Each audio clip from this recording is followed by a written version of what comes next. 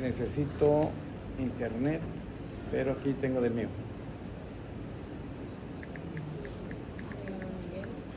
No, pero yo tengo del mío. Nada más que como lo ocupo en todos los salones.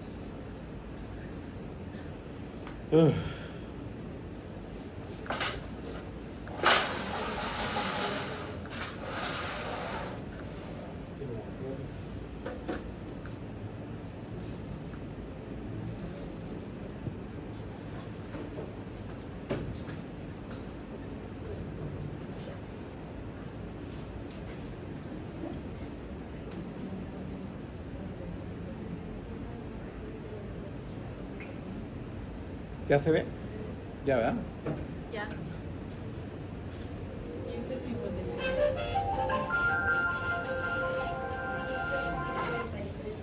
Nada más quiero ver si es la misma. Porque los hematíes se pueden lisar. No, por eso le digo, no es. Si tenemos una orina roja, ¿cuál es nuestro primer paso? A ver el examen.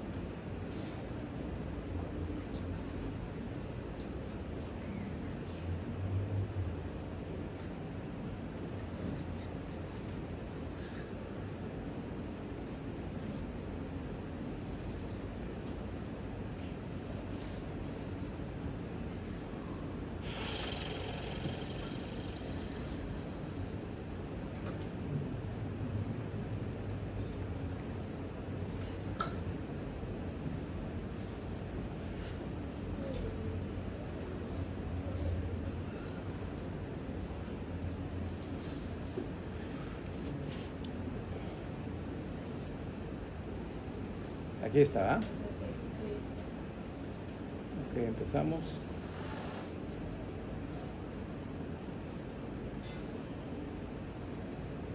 Aquí ya estamos seguros. ¿Usted es la 15 qué? 53.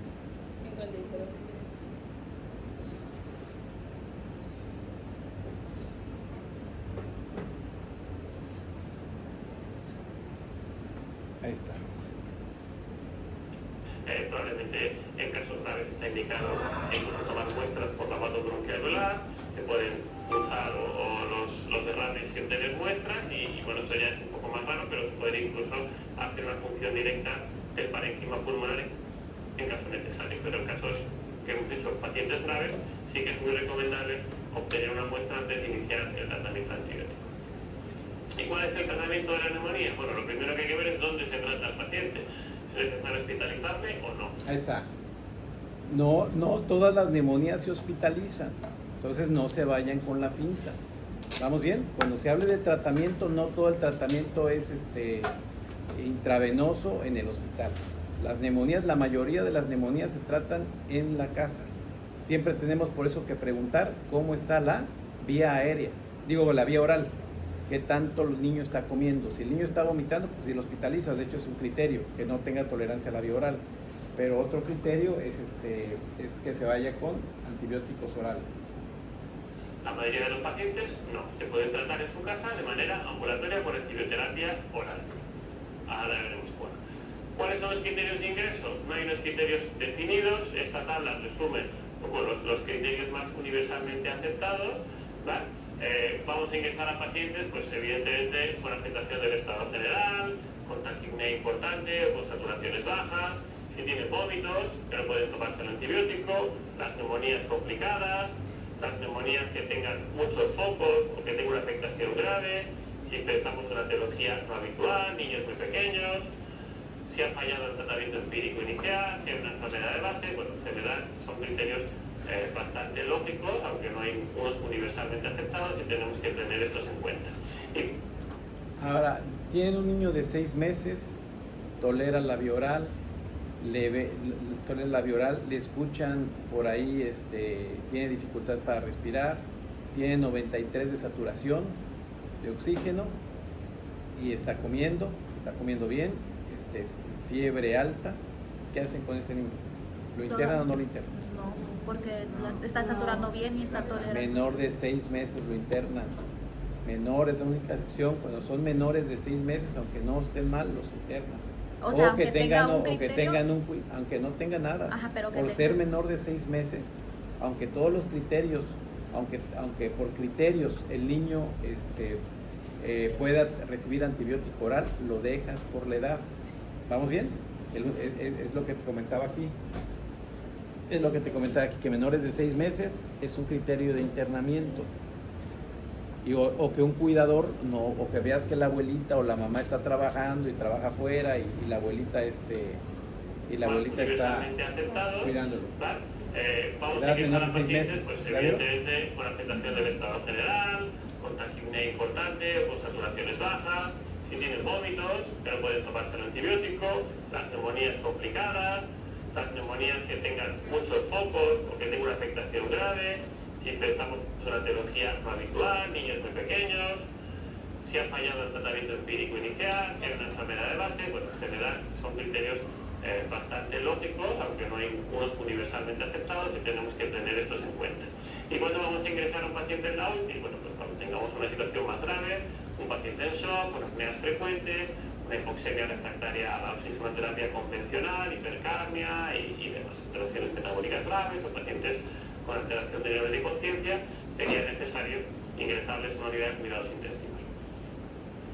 El tratamiento de soporte también es importante antes de pensar o no en el tratamiento antibiótico. ¿Esto porque cuando la fiebre de la neumonía aumenta el consumo de oxígeno, el dolor interfiere con la tos y la dinámica respiratoria y por lo tanto es fundamental tener una analgesia adecuada. Ahí está la analgesia, acuérdense, se da analgésicos en la neumonía, ibuprofeno o paracetamol. En el paciente ambulatorio, pues, ¿En qué otro utilizábamos el ibuprofeno? Que era uno de los antibióticos de elección. En la otitis, ¿no se acuerdan?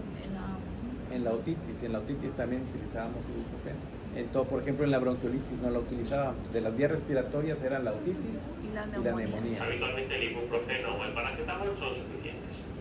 Cuando es necesario poner un suero porque el paciente no esté tomando, es decir, suero isotónico, ¿sí? Porque hay sueros hipertónicos y hay sueros hipotónicos. ¿Sí? Por ejemplo, un glucosado se describe, por ejemplo, los sueros los vas a dividir. El isotónico viene siendo la solución fisiológica. ¿Vamos bien? Un hipotónico pues sería una solución fisiológica diluida con glucosado, que sería un mixto, ¿sí? Hay 1 a 1, pues no está, es isotónico, pero si tú le das 4 de glucosa o 5 de glucosa por 1 de fisiológico, pues ya es hipotónico, ya no va a estar tan, ya no va a ser tan parecido como nuestro plasma. Entonces, en hipotónicos no se utiliza así, se utilizan sueros isotónicos. Hidratado o no esté comiendo de manera adecuada, hay que utilizar líquidos isotónicos. No están contraindicados los líquidos hipotónicos por el riesgo de desarrollar hiponatremia.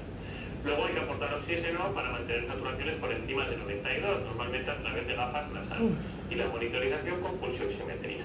El oxígeno de alto flujo no está muy claro que las neumonías tengan su papel. Es cierto que la bronquiolitis parece que es efectivo y hay mucho debate ahora sobre el alto flujo, hay mucho fuera de los cuidados intensivos, de la urgencia, pero no hay muchos estudios que avalen su uso en la neumonía.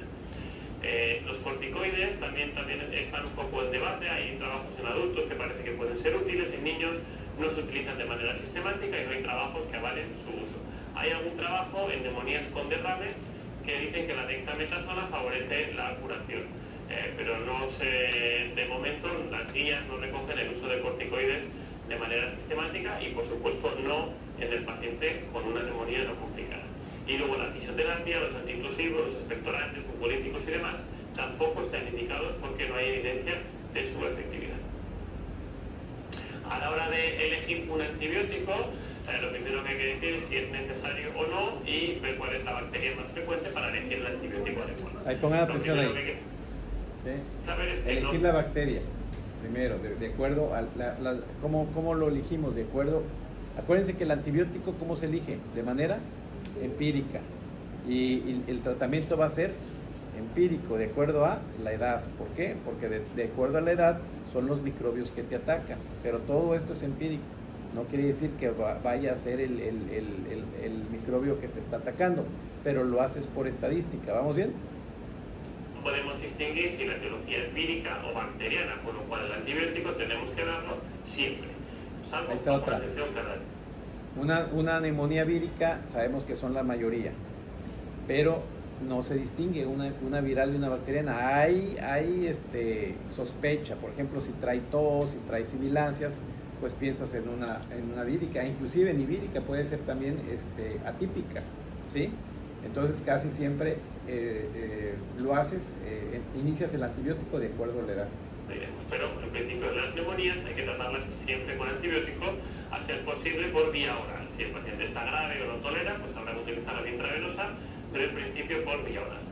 ¿Cuándo podemos intentar obviar el antibiótico? Bueno, en pacientes pequeños, preescolares, lactantes, con síntomas leves, que estén bien vacunados, se puede plantear un tratamiento sintomático porque, como hemos visto, es la edad en la que aparece la neumonía vírica. Pero si la evolución no es buena o estos síntomas se vuelven más intensos, es necesario utilizar un antibiótico.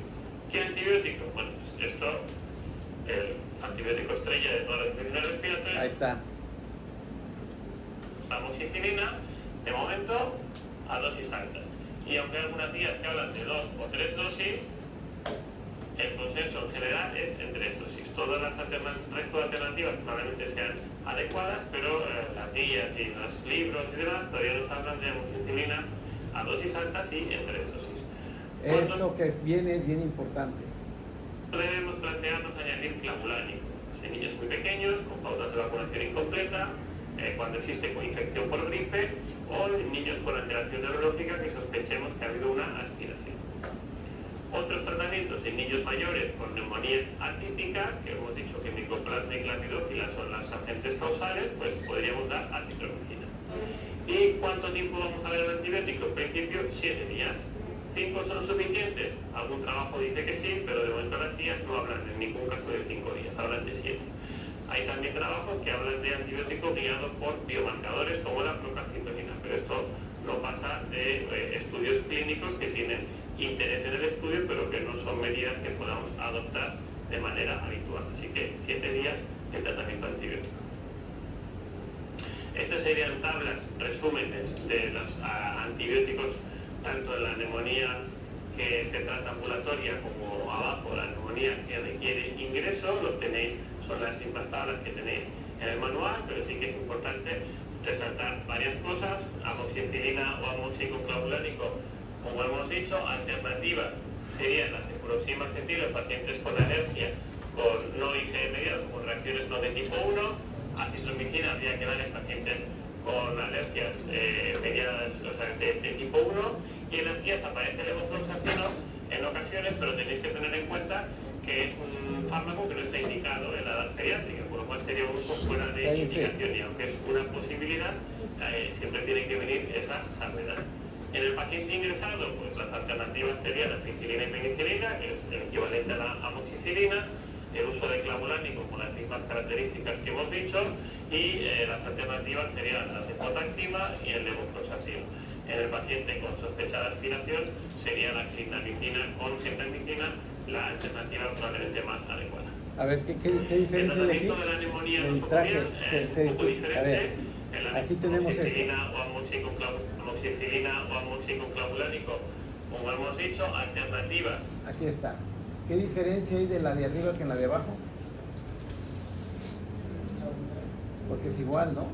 Dice neumonía típica, luego hay neumonía típica, elección alternativa, elección Es que la de alternativa. arriba es para ambulatorio y la de abajo es para hospitalario. Ah, ok, Así lo está bien. maneja el manual. Está bien. Es que me distraje. Sí. Ok, entonces chequenle bien, porque el de arriba es ambulatorio y el de abajo es hospitalario. El ambulatorio, amoxicilina, 80-90 miligramos kilo día, neumonía típica. Y acá es ampicilina, 150-200 miligramos kilogramo día. o 4 dosis de penicilina G sódica de 250 a 300 mil unidades kilo día. 250 porque la dosis normalmente era de 100. Sí, aquí son 250 a 300 mil unidades kilo día en 6 dosis, o sea, cada 4 horas. Aquí cabe destacar que si se fijan, ¿se acuerdan de la betalactamasa? ¿Sí? El neumococo no tiene betalactamasa. ¿Vamos bien? El neumococo, acá arriba sí había betalactamasa. ¿Por qué? Porque podíamos encontrar estafilo en la garganta. Pero abajo en el pulmón no hay normalmente estafilococo, no debe de haber. Entonces no debe de haber productores de betalactamasa. Entonces no nos tenemos que ir tan arriba, ¿verdad? Con el clavulanato, ¿verdad? Que es para las betalactamasas. Y con simple ampicilina podemos tenerla, nada más que con dosis altas y con penicilina G sódica, que sería la resortera, ¿verdad? Nada más que también a dosis altas en pacientes hospitalizados. ¿Vamos bien? ¿Sí? Ok. Serían las próximas en pacientes con alergia, con no IgM, con reacciones no de tipo 1, acitromicina habría que dar en pacientes con alergias mediadas, o sea, de tipo 1, y en las guías aparece el levofloxacino en ocasiones, pero tenéis que tener en cuenta que es un fármaco que no está indicado en la edad pediátrica, por lo cual sería un uso fuera de indicación, y aunque es una posibilidad, siempre tiene que venir esa salvedad. Aquí acuérdense aquí, ¿cuándo utilizábamos amoxicilina ácido clavulánico? ¿Cuándo lo utilizábamos? ¿En no vacunados? Coinfección con gripe. Entonces acuérdense, ¿quién me causa coinfección con gripe? Pues las enfermedades virales, ¿verdad? Las enfermedades virales, a excepción del sincitial respiratorio. El sincitial respiratorio, en estudios se ha visto que no responde bien sin amoxicilina ácido clavulánico, pero en influenza sí hay necesidad de ponerle ácido clavulánico, porque la infección cuando hace sinergia y hay necesidad de usar clavulánico. ¿Qué otra? Menores de 6 meses ya es una, otra es sobre infecciones, es otra. No vacunados, otra. ¿No se acuerdan? ¿Mande? No. Bueno, cuando lean, aclárense en esa pregunta, ¿sale? En la pregunta de cuándo utilizamos ácido clavulánico, porque es importante que lo sepan. Cuándo usar amoxicilina y cuándo escalar a ácido clavulánico. ¿Sí?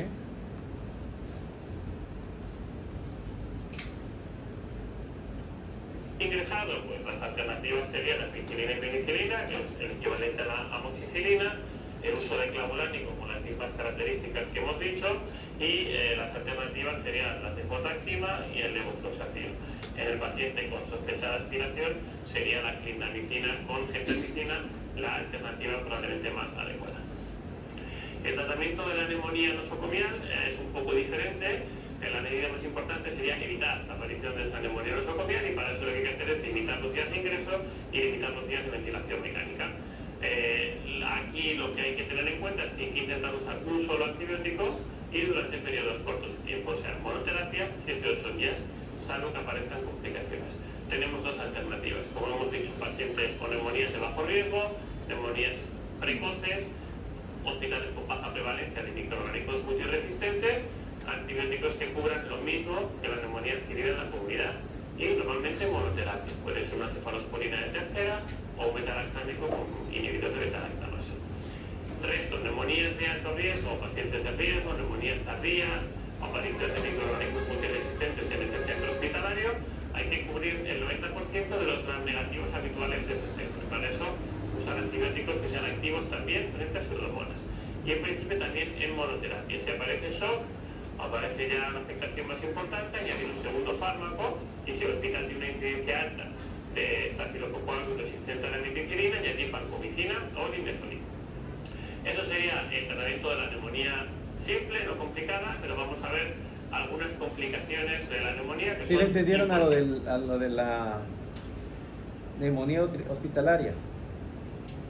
Íbamos a ver, y de la neumonía hospitalaria íbamos a ver si es temprana o si es tardía. ¿verdad? De la hospitalaria, ¿verdad? Porque son diferentes microbios los que encuentras en la neumonía temprana que en la tardía. En la tardía, por lo general, ya encuentras tú problemas de shock, ¿sí? Y además encuentras microbios que son patognomónicos del hospital, como la pseudomonas. Entonces ahí les das antibióticos sensibles a los gram negativos, como la ceftazidima, y que sean sensibles a la pseudomonas. ¿Vamos bien? ¿Sí? ¿Sí? Ya se olvidan de la amoxicilina, del ácido clavulánico y de todo. ¿Por qué? Porque es una neumonía tardía. Entonces empiezan con cefotaxima y ceftazidima, ya no cefotaxima, ya no ceftriaxona. Ceftazidima es una neumonía tardía y intentas dar monoterapia nada más con ceftazidima. Si ves alguna complicación, ¿qué complicaciones podemos tener? Ahorita las vamos a ver ahí. Y aparte el shock, ¿sí? Si ves que el paciente empieza con presiones altas, ¿verdad? Con presiones arteriales bajas, con taquicardia, ¿verdad? Datos de descompensación hemodinámica, le agregas ¿qué? A la ceftazidima un aminoglucósido. Aquí usamos la amicacina todavía, en España ya están usando la gentamicina. Cuando yo era residente, usábamos para todo la gentamicina, la amicacina apenas venía saliendo. Estamos hablando como en el 1990, yo estaba haciendo mi residencia. Y a la amicacina no lo usabas. Y ya de repente se dejó de usar la gentamicina porque hizo mucha resistencia. Y empezaron a usar de manera indiscriminada la amicacina. Si ustedes van a una farmacia del ahorro, en vez de penicilina, en vez de amoxicilina, les dan amicacina. Yo no sé por qué, no sé si se han fijado. Les dan amicacina para todo en una farmacia del ahorro. Entonces, ¿eso que están provocando? Que ya haya resistencia, ¿verdad? Ya pasó en Europa, entonces ahorita ya están regresando de nuevo a la gentamicina. ¿Por qué? Porque la gentamicina se dejó de usar y los microbios que eran sensibles, pues ya no son sensibles. ¿Vamos bien? Ya de nuevo vuelven los que no eran sensibles ya son sensibles, entonces ya de nuevo tiene efecto. Entonces ahorita ya vamos a ver las complicaciones de la neumonía, ¿verdad? ¿Cuáles eran las complicaciones de la neumonía? El derrame, el absceso, las cavidades, la neumonía necrotizante. Entonces, ¿cómo va la fisiopatología? Tengo una neumonía. ¿Qué es una neumonía? El alveolo está lleno de pus, ¿sí? Pero es un grupo de alveolos pequeños. Pero ¿qué pasa cuando ya son acinos? Todo el acino se llena de pus. Hay dos caminos. Uno, que se regenere. Otro, que se pierdan las divisiones, porque ya ven que el pulmón es un conjunto de globos, y esos globos se dividen en acinos, como en racimos de uva. Entonces, entre racimo de uva y racimo de uva, pues hay tabiques, ¿verdad? Hay divisiones, ¿sí? ¿Verdad? Y entre alveolo y alveolo también hay divisiones. ¿Vamos bien?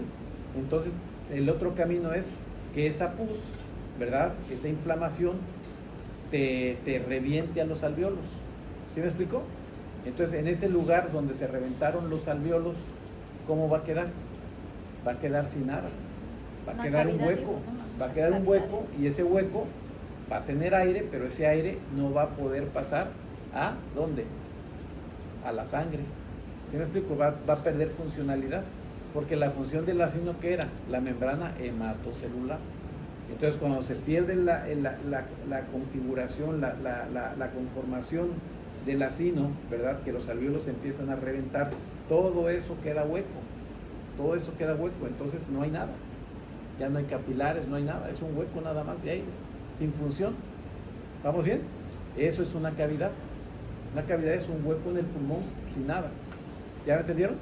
¿Sí? Ahora, para que llegue a ser hueco, tiene que pasar un proceso. ¿Un proceso de qué? Para que cuando un tejido se echa a perder, ¿cómo decimos? Necrosis. Entonces es neumonía necrotizante. Quiere decir que ese pulmón, esos alveolos, se están echando a perder. Entonces, primero es inflamación. En esa inflamación hay necrosis. En la necrosis puede haber abscesos, que es un proceso de necrosis, ¿verdad? Entonces, inflamación, absceso, necrosis y cavidad, ¿verdad? Un poquito antes de la cavidad está el neumatocele, que son pequeñas partes que se están destruyendo. Cuando empieza la destrucción es el neumatocele. Ya la cavidad pues es algo muy grande ya, echado a perder, que pasó por un efecto de necrosis. ¿Vamos bien? Ok, entonces eso es cuando ataca el alveolo, pero también se inflama la pleura. ¿Sí se acuerdan de la pleura? ¿Qué era la pleura? Era la membrana que cubre el pulmón. Entonces también la membrana del pulmón pues pierde su equilibrio y empieza a haber trasudado. Y ese trasudado es plasma que se empieza a salir. Y es líquido que se empieza a acumular en un lugar donde no debe de haber líquido, ¿verdad? Que es en el espacio interpleural. Entonces vamos a ver las complicaciones, que pueden ser del pulmón o pueden ser de la pleura. Si es la pleura, va a haber derrame. Si es del pulmón, puede haber inflamación, puede haber absceso, puede haber neumatocele, puede haber necrosis y puede haber cavitaciones. Ahí vamos. Es importante conocer. La primera de ellas es el derrame pleural, que es la complicación más frecuente. Se define como un aumento de líquido en el espacio pleural, porque hay un desequilibrio. Todo lo más es importante, acuérdense, todo lo más y todo lo menos es un manjar para preguntas de examen, ¿sale? Lo más raro y lo menos raro siempre son preguntas de examen. No les voy a preguntar, por ejemplo, o alguien que va a hacer un examen, ¿cuál es la causa intermedia de la bronquiolitis? La moraxella catarralis. Pues no, ¿verdad? Te va a preguntar cuál es la más frecuente, o a lo mejor la más rara, pero no te va a preguntar la del medio. ¿Vamos bien? La producción y la reabsorción. El adulto, el derrame pleural, puede tener diversas etiologías. En pediatría, la primera causa, sin ninguna duda, es la neumonía, y el derrame pleural más frecuente es el derrame pleural paraneumónico. ¿Cómo es de frecuente? Pues en los niños hospitalizados hasta 40% según las series, pues. Bien. Luego hablamos de eso. Así como. Ayuda con la luz, por favor. Le voy a quitar 2 minutos nada más, es muy rápido. Miren, el día lunes inician sus exámenes.